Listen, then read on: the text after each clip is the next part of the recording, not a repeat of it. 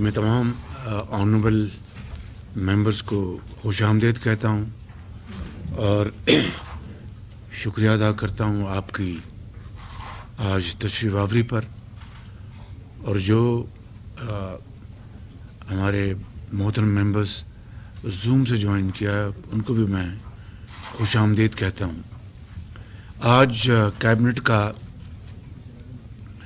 جو مین ایجنڈا ہے وہ بجٹ 2023-24 کیبنٹ کے سامنے پیش کرنا اور کیبنٹ کی منظوری کے بعد اس کو اسمبلی میں پیش کرنا ہے۔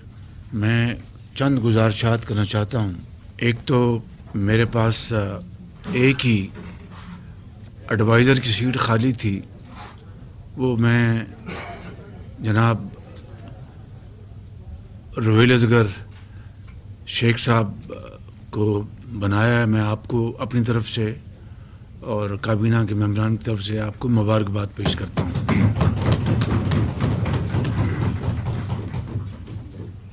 اور مجھے پوری امید ہے کہ آپ ان جو باقی وقت ہے اس میں آپ پوری محنت سے اپنی اس پوزیشن کی ذمہ داری نبھائیں گے۔ آپ نے دیکھا کل وزیر خزانہ نے جو ہماری اکانومی کی صورتحال ہے اس کے اوپر ایک بڑی بھرپور پریس کانفرنس کی، اور یہ بات کوئی ڈھکی چھپی نہیں کہ پچھلے 14 مہینوں سے جب سے ہم نے یہ ذمہ داری سنبھالی، سب سے پہلا جو ہمارا امتحان تھا وہ IMF کے ساتھ جو معاہدہ پچھلی حکومت نے کیا تھا اس کو مکمل طور پر ڈیفائی کیا گیا پچھلی حکومت نے، اور اپنے ہی معاہدے کی انہوں نے اس کی دھجیاں بکھیر دیں۔ پھر بڑی مشکل سے ہم نے IMF کے ساتھ وہ معاملات طے کیے۔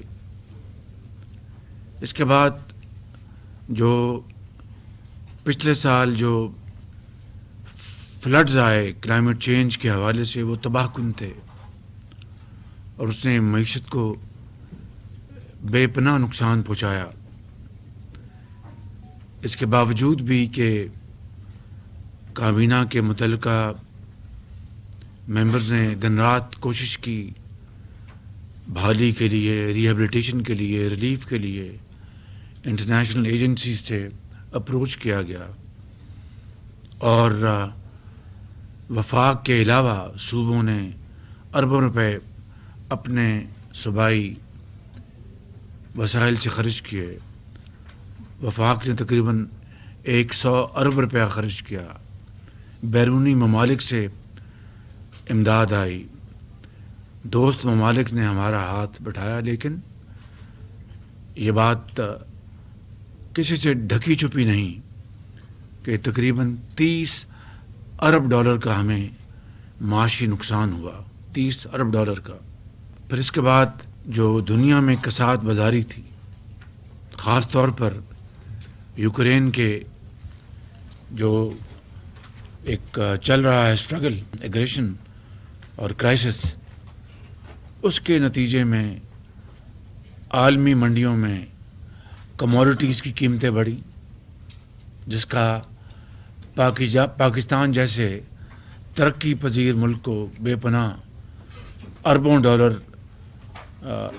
زائد دینے پڑے، چاہے وہ تیل کی قیمتیں ہیں، چاہے وہ کھاد ہے، چاہے وہ گندم ہے، کاٹن ہے، ہر لحاظ سے۔ پھر اس کے بعد اب ہم دوبارہ IMF کے ساتھ سر جوڑ کے بیٹھے ہیں، اور IMF کی تمام جو ان کی شرائط ہیں ان کو منوً نہ صرف تسلیم کر لیا گیا ہے، بلکہ ان کے اوپر پوری طرح ہم نے جو پرائر ایکشن جو ہیں ان کو ہم نے اس کے اوپر عمل درآمد کیا ہے۔ لیکن ابھی تک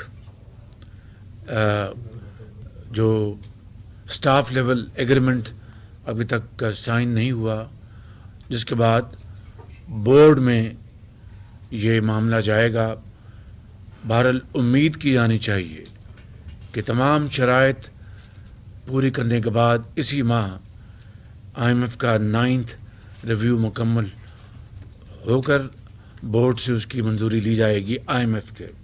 میری آئی ایم ایف کی ایم ڈی سے کوئی 1 گھنٹہ ٹیلی فون پر گفتگو ہوئی، اور گفتگو کے نتیجے میں یہ کہہ سکتا ہوں کہ انہوں نے مجھے کہا کہ میں نے ان سے یہ تجویز کی تھی کہ آپ اگر وربل کمٹمنٹ دیں تو اس کی بنیاد پر جو باقی سٹیپس ہم 1-2 اور انہوں نے مجھے کہے تھے، ہم وہ انشاءاللہ وہ سٹیپس ہم لے لیں گے۔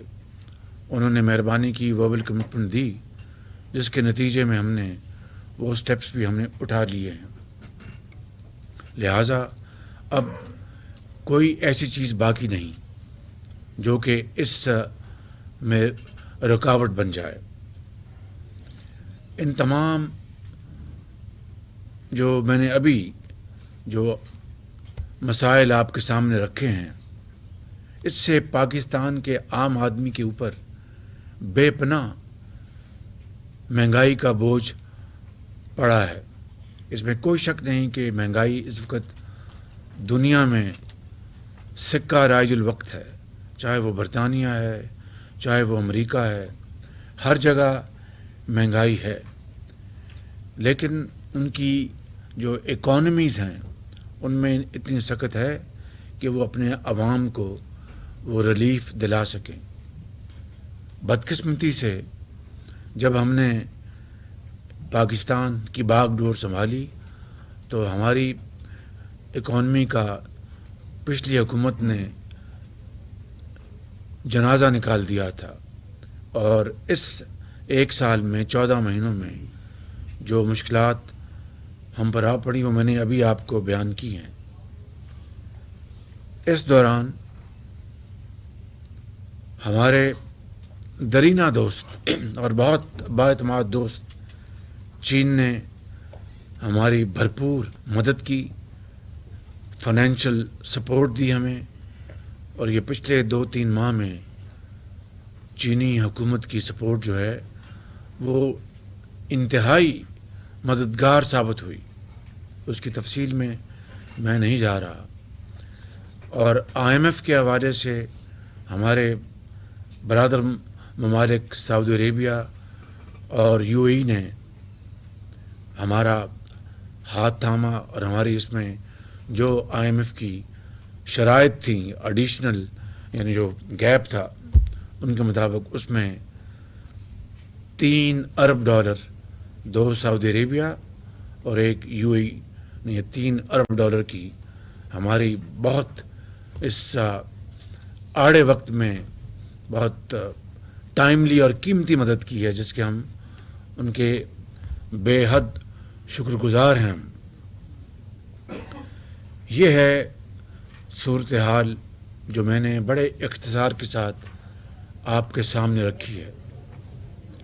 آج بجٹ پیش ہونا ہے، اور اب چیلنج یہ ہے کہ اس وقت جو مہنگائی نے غریب آدمی کا بے پناہ اس کے اوپر بوجھ ڈالا ہے، جو ہماری اقتصادی ترقی جس رفتار پہ ہونی چاہیے تھی، جن چیلنجز کا جس کا میں نے ابھی ذکر کیا ہے، اس کی وجہ سے وہ سست روی کا شکار ہو گئی۔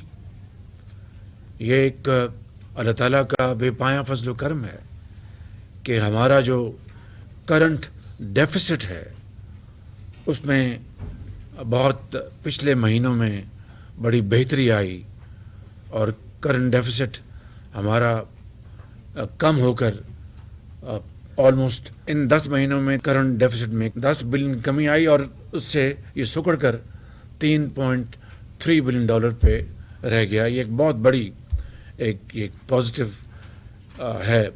مگر دوسری طرف جو فارن ایکسچینج کے ہمارے جو وسائل ہیں وہ بڑے،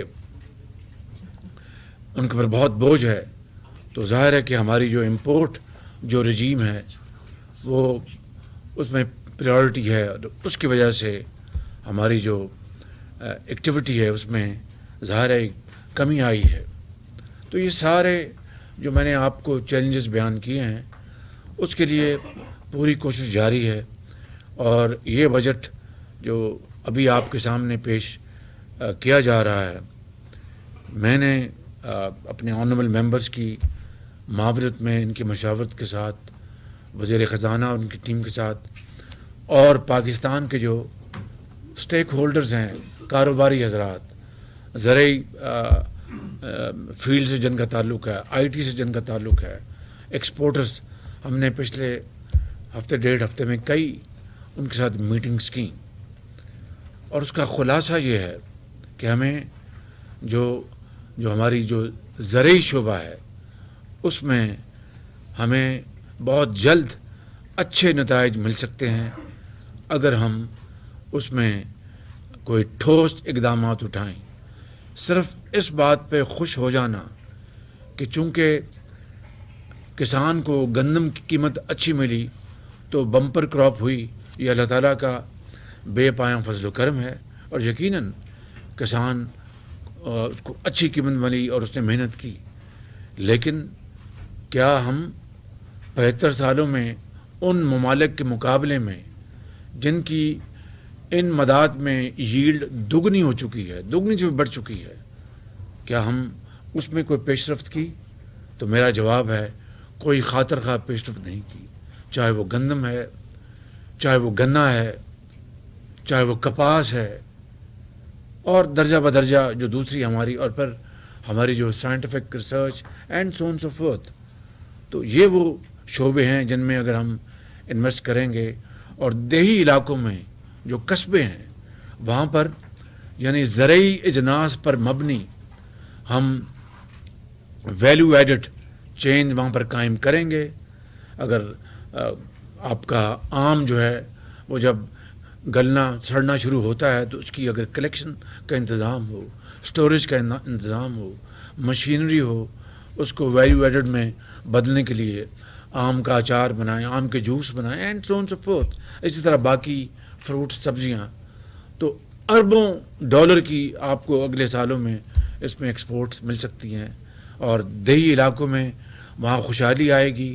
وہاں پر آج نوجوان جو FA BA کر گیا ہے، اب وہ فصل اپنا کی بجائی اور کاٹنے میں اس کا کوئی انٹرسٹ نہیں ہے، وہ شہر آنا چاہتا ہے.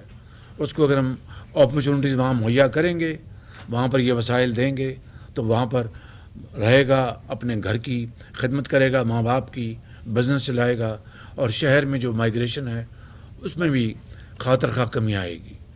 میں تفصیل میں نہیں جا رہا، اس کے اوپر ہم نے بڑا کام کیا ہے، وہ فائنانس منسٹر آپ کو بتائیں گے. اسی طریقے سے IT کے شعبوں میں، ایکسپورٹس میں، اس میں ہمارے منسٹر آف کامرس ہیں، منسٹر IT ہیں، اور دوسرے منسٹر فائنانس اینڈ دوسرے جو ہمارے منسٹرز ہیں، انہوں نے سب نے بڑی اس میں معاونت کی ہے.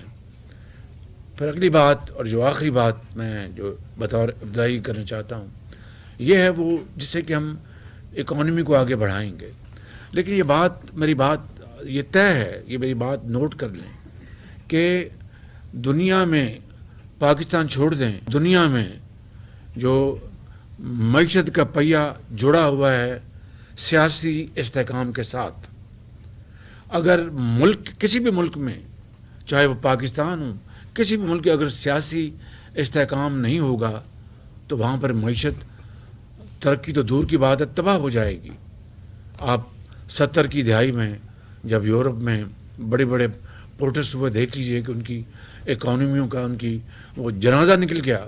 اس طرح کی دنیا میں کئی عصر حاضر کی مثالیں موجود ہیں. تو پاکستان میں پچھلے ایک سال سے جو یہاں پر پولیٹیکل انسٹیبلٹی کی بھرپور کوشش کی جا رہی ہے، اس کے لیے جو اپنا ذرائع تلاش کیے گئے، اس کے لیے جو بیانیہ اختیار کیا گیا، اس کے لیے جو جتھے بندی کی گئی، اس سے اس ملک کے اندر ایک سیاسی ایک طوفان آیا. ایک سیاسی ہلچل نہیں بلکہ ایک طوفان آیا، طوفان جس نے کہ معاش کے پہیے کو جام کر دیا. فوراً ڈائریکٹ انویسٹمنٹ وہ آلموسٹ ختم ہو گئیں. ملک کے اندر جو سرمایہ کار ہیں وہ رک گئے, اور جو سمندروں کی چمنیوں سے دھواں نکلنا بند ہو گیا. تو یہ وہ سب سے بڑا الارمنگ فیکٹر ہے کہ اگر سیاسی استحکام کے بغیر آپ اربوں کھربوں ڈالر جھونک دیں اس کا کوئی نتیجہ نکلے گا. اس لیے سیاسی استحکام لانے کے لیے ہم سب اس کے اوپر یکسو ہیں. اسٹیٹ آف پاکستان یکسو ہے, ادارے یکسو ہیں کہ سیاسی استحکام لائیں گے تو یہ معاملہ آگے چلے گا. آخری بات یہ عرض کرنا چاہتا ہوں کہ غریب آدمی, جس طرح میں نے شروع میں نے کہا کہ وہ بیچارہ پس گیا ہے, اس کی تنخواہ اگر اس میں خاطر خواہ اضافہ نہ کیا گیا تو میں سمجھتا ہوں کہ جتنے بھی مشکل اور نامساعد حالات ہیں, یہ ہماری بہت بڑی ذمہ داری ہے کہ ہمیں کم از کم اس کی تنخواہ میں اتنا اضافہ کریں جس سے کہ وہ اپنے بال بچوں کا جو پیٹ جو ہے وہ ان کو پال لے اور ان کی جو بنیادی ضروریات کو وہ پورا کر لے. اسی طرح پینشنرز ہیں, ان کی پینشن میں وہ ریٹائرڈ لوگ اس انفلیشن سے ان کی پینشنیں آدھی سے بھی کم ہو گئیں, ان کی تنخواہیں آدھی سے بھی کم ہو گئیں. تو اس لیے پینشنرز کا ہمیں خیال کرنا ہے. یہ وہ دو ایشوز ہیں جو آج آپ کے سامنے پیش ہوں گے. آپ نے رائے دینی ہے اور اس کے مطابق پر انشاءاللہ ہم آگے چلیں گے. میرا یہ یقین ہے کہ ان تمام تر مشکلات کے باوجود, دیکھیے کہ بمپر ویٹ کی کراپ ہوئی, اللہ تعالیٰ نے بڑا فضل کیا. 10 سالوں میں یہ سب سے بڑی گندم کی, اور اسی طرح کاٹن میں جو کاٹن کی قیمت اناؤنس کی گئی, کاٹن کا جو ایریا ہے اس میں خاطر خواہ اضافہ ہوا جس میں کاٹن کی بجائی کی گئی ہے. اور امید کی جانی چاہیے کہ اس مد میں ہمیں اللہ تعالیٰ اپنا کرم فرمائیں گے. پھر ہم کوشش کر رہے ہیں کہ گیس کی قیمتیں دنیا میں نیچے آ رہی ہیں, کہیں سے ہمیں گیس کا نیا کانٹریکٹ مل جائے جس سے کہ اس وقت جو گیس جن قیمتوں پہ خریدی گئی تھی ماضی میں, اگر ان کم قیمتوں پہ کوئی کانٹریکٹ مل جائے تو ایوریج جو ہے اور قیمت کم ہو جائے گی, اور اس سے ملک کے اندر اقتصادی پہیہ تیزی سے چلے گا. بجلی کی ایک بہت بڑا چیلنج ہے, میں آپ جانتے ہیں, آج اس کے لیے وقت نہیں. آپ نے پیچھے پریزنٹیشن بھی لی تھی. میں ان الفاظ کے ساتھ آپ سب کا بہت شکر گزار ہوں